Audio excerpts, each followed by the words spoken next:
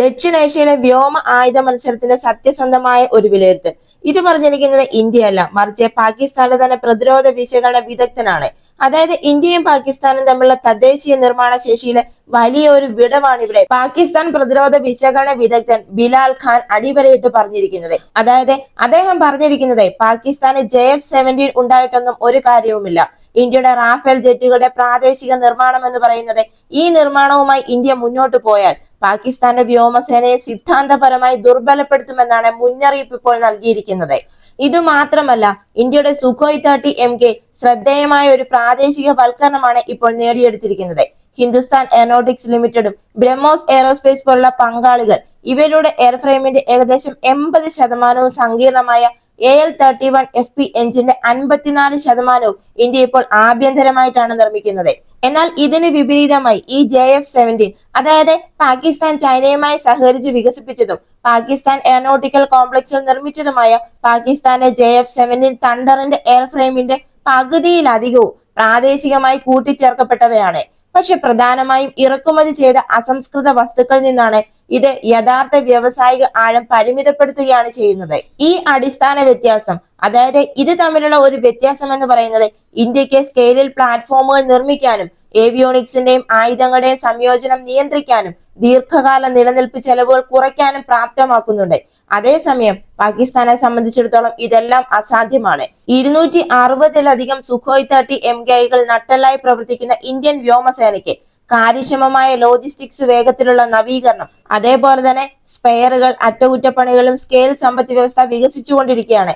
ഇതുകൂടാതെ Russia India കരാറിന് കീഴിൽ 2 പതിറ്റാണ്ടുകളായി ലൈസൻസ് ഉള്ള ഉൽപാദനത്തിലൂടെ മെച്ചപ്പെടുത്തിയ കഴിവുകളും ഇന്ത്യക്കുണ്ട്. ഇത് മാത്രമല്ല, ഈ പാകിസ്ഥാന്റെ പ്രതിരോധ വിദഗ്ധൻ ഖാന്റെ വിശകലനം എന്ന് പറയുന്നത് 2016 മുതൽ ഏകദേശം 1.25 ലക്ഷം കോടി രൂപ വിലമതിക്കുന്ന 114 റാഫേൽ മൾട്ടി റോൾ യുദ്ധവിമാനങ്ങൾ ഏറ്റെടുക്കുന്നതിനെ കുറിച്ചും ഇദ്ദേഹം വിശകലനം നടത്തിയിരിക്കുന്നു. മേക്ക് ഇൻ ഇന്ത്യ ചട്ടക്കൂടിന് കീഴിൽ രൂപകൽപ്പന ചെയ്ത 50 മുതൽ 60% ജെറ്റുകളും പ്രാദേശികമായി നിർമ്മിക്കാൻ കഴിയും എന്നാണ് ഇദ്ദേഹത്തിന്റെ ഒരു കണക്കുകൂട്ടൽ. അതായത് ഇദ്ദേഹം പറയുന്ന സാധ്യത എന്ന് പറയുന്നത് ഇന്ത്യയുടെ റിലയൻസ് എയറോസ്പേസിലോ അല്ലെങ്കിൽ ടാറ്റ അഡ്വാൻസ്ഡ് സിസ്റ്റംസ് സൗകര്യങ്ങളിലോ ഇത് മേക്ക് ഇൻ ഇന്ത്യ ചട്ടക്കൂടിന് കീഴിൽ രൂപകൽപ്പന ചെയ്യും എന്നാണ് പറയുന്നത്. അതായത് ഇങ്ങനെ രൂപകൽപ്പന ചെയ്യുകയാണെങ്കിൽ യഥാർത്ഥ 36 ജെറ്റ് ഓർഡറിലെ 74% തദ്ദേശീയവൽക്കരണത്തെയാണ് കാണിക്കുന്നത്.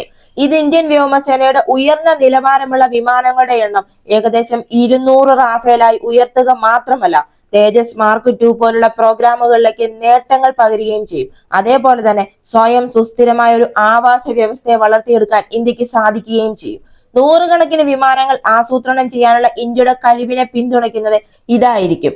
അതേസമയം ഇന്ത്യയുമായി താരതമ്യം ചെയ്തു നോക്കുമ്പോൾ പാകിസ്ഥാന്റെ സാമ്പത്തിക വ്യാവസായിക പരിമിതികൾ വളരെയധികം ചേർന്നും പലപ്പോഴും ഭാഗികവുമായ ഏറ്റെടുക്കലിലേക്ക് പരിമിതപ്പെടുത്തുകയും ചെയ്യുന്നു. ഇദ്ദേഹത്തിന്റെ അഭിപ്രായത്തിൽ പാകിസ്ഥാന്റെ ഒരു പ്രതിരോധ ബജറ്റ് എന്ന് പറയുന്നത് പ്രതിവർഷം 8 മുതൽ 10 ബില്യൺ ഡോളറാണ്.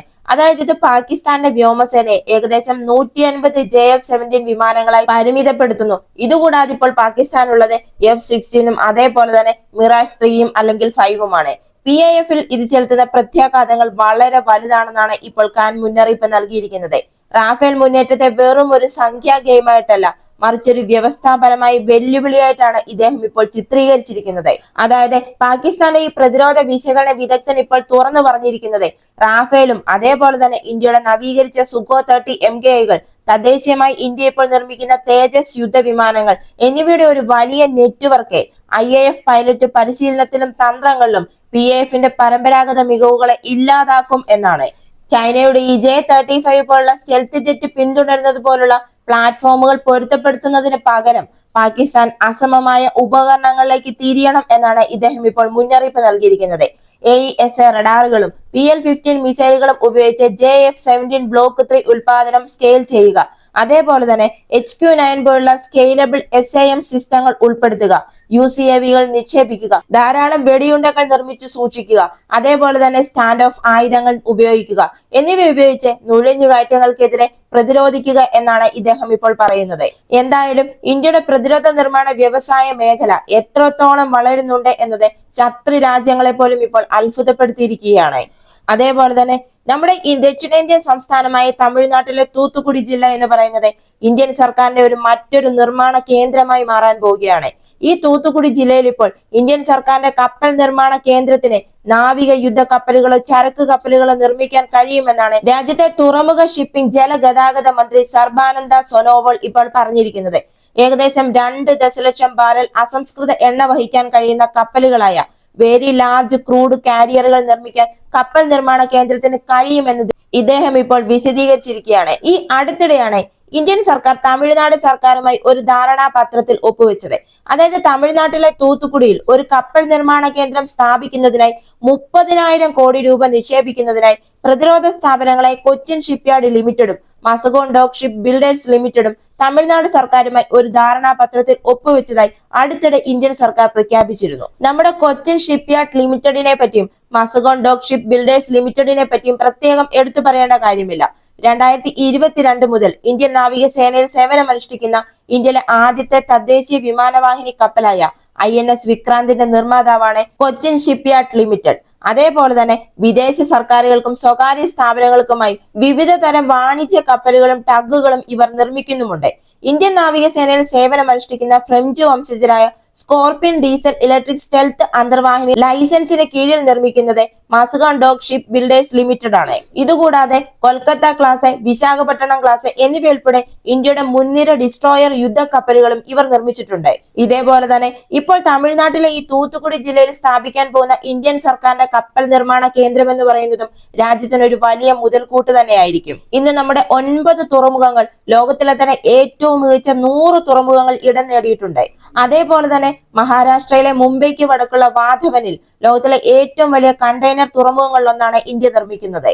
ഇന്ത്യയിൽ ചരക്ക് കപ്പലുകൾ നിർമ്മിക്കുകയും നന്നാക്കുകയും ചെയ്യേണ്ടതിന്റെ ആവശ്യകതയാണ് ഇപ്പോൾ ഇവിടെ ഊന്നിക്കാണിച്ചിരിക്കുന്നത്.